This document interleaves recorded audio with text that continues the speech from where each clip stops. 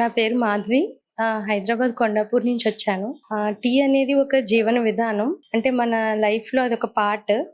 Tea అనేది 17th సెంచరీలో Greek word tea నుంచి వచ్చింది. అంటే దొరోతి అని. దొరోతి అంటే గిఫ్ట్ ఆఫ్ గాడ్ అని అర్థం. అంటే ఇందులో మల్టిపుల్ ఇంగ్రీడియంట్స్ వేసి, ఆ ఇంగ్రీడియంట్స్‌తో వచ్చిన అరోమా అంటే స్మెల్‌తో పాటు దాంట్లో ఉండే ఇంగ్రీడియంట్స్ వలన చాలా హెల్త్‌కి ఇంపార్టెంట్ కాబట్టి గిఫ్ట్ ఆఫ్ గాడ్ అని అన్నారు.